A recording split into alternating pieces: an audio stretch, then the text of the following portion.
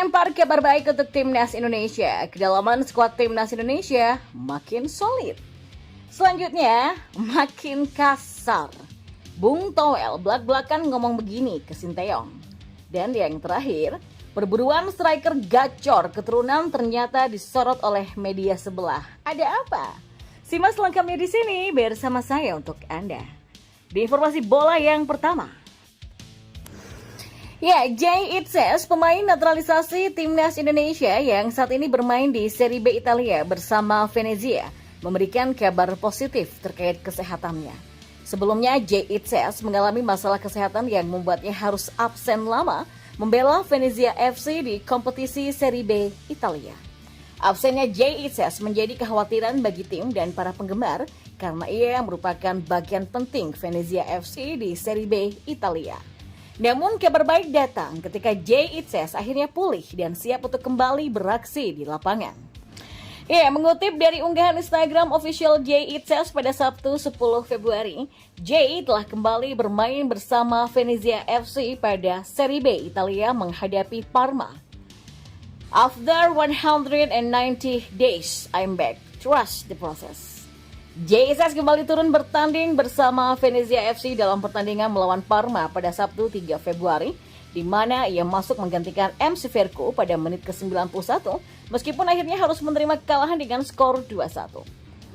Ya, sebelum mengalami masalah kesehatan, Jay telah menjadi pilihan utama Venezia FC di Serie B.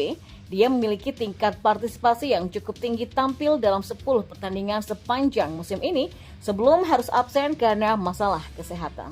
Setelah berhasil pulih dari masalah kesehatannya, Jay akan menjadi aset berharga yang akan menambah kedalaman skuad timnas Indonesia terutama di sektor pertahanan. Persaingan di sektor tersebut semakin ketat menghadapi pertandingan penting berikutnya yakni melawan Vietnam dalam kualifikasi Piala Dunia 2026. Kehadiran Jay Itzes akan memberikan pilihan tambahan bagi pelatih Sinteyong dalam mengatur barisan pertahanan timnas Indonesia. Dengan postur tubuh yang tinggi dan kemampuan bertahan yang mengesankan, Jay Itzes dapat memperkuat pertahanan Indonesia menjadikannya semakin kokoh di belakang. Potensi kontribusi Jay bukan hanya dalam memperkuat barisan belakang, tapi juga dalam memperluas variasi taktik yang dapat digunakan oleh timnas. Ya, fleksibilitasnya memberikan pelatih lebih banyak opsi dalam menyusun strategi, terutama ketika menghadapi lawan-lawan yang memiliki kekuatan serangan yang beragam. Nah, kehadiran Jay Itzes akan memberikan energi yang positif kepada skuad timnas Indonesia, memotivasi pada pemain lainnya untuk terus meningkatkan performa mereka. Kembalinya pemain berbakat ini akan menjadi dorongan besar bagi tim, terutama dalam menjaga konsistensi hasil positif dalam kompetisi kualifikasi Piala Dunia.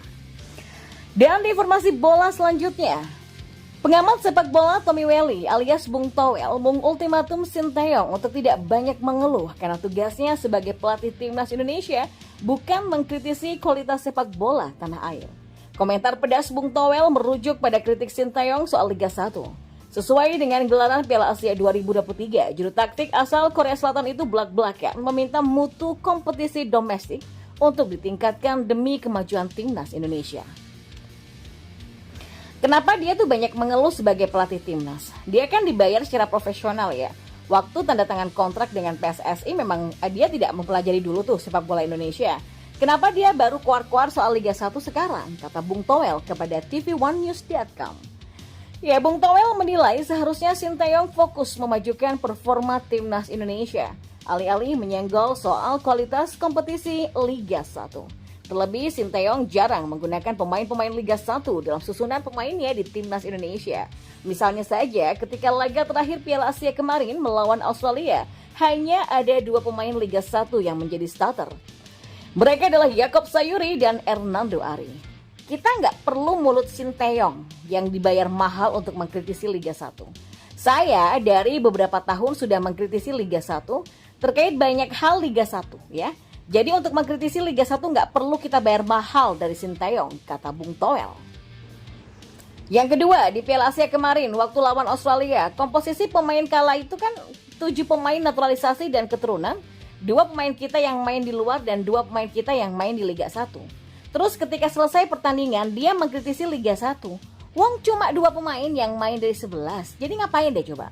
Mungkin sebagian orang yang entah nggak bisa buka wawasannya ya, dia nggak bisa menganalisis kalimat itu, kata Bung Toel. Lebih lanjut, Bung Toel menilai kritik Sinteyong tidak masuk akal karena hanya sedikit pemain Liga 1 yang menjadi starter ketika melawan Australia di Piala Asia. Buat saya itu nggak masuk akal banget. Wong cuma 2 yang dipakai dari Liga 1 waktu lawan Australia. Kok setelah pertandingan Sinteyong mengkritisi itu? Jadi stop deh mengeluh ya. Dia nggak digaji, nggak dibayar untuk mengeluh termasuk soal kualitas timnas kita termasuk di dalamnya pemain domestik kita, kata Bung Toel.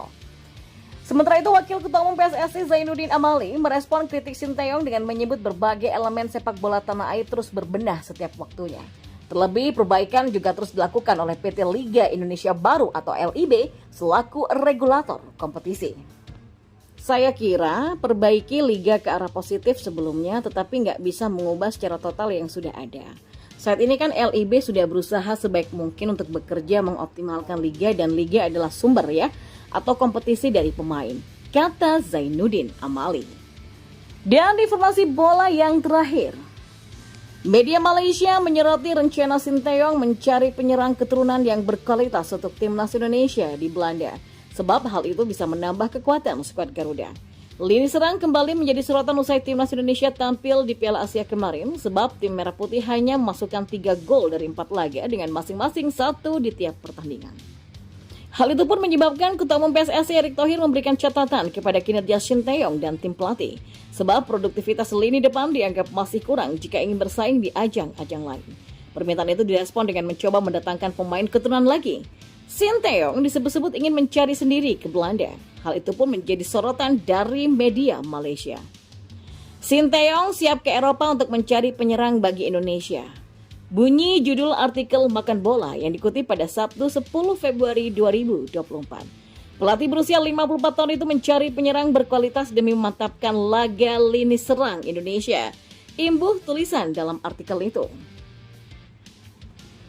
Sejauh ini pemain keturunan yang dinaturalisasi memang kebanyakan pemain bertahan. Mereka adalah Jordi Amat, Sandy Wallace, Shani Patinama, dan juga Jackson Hubner. Rencana untuk mendatangkan pemain di posisi menyerang masih belum ada.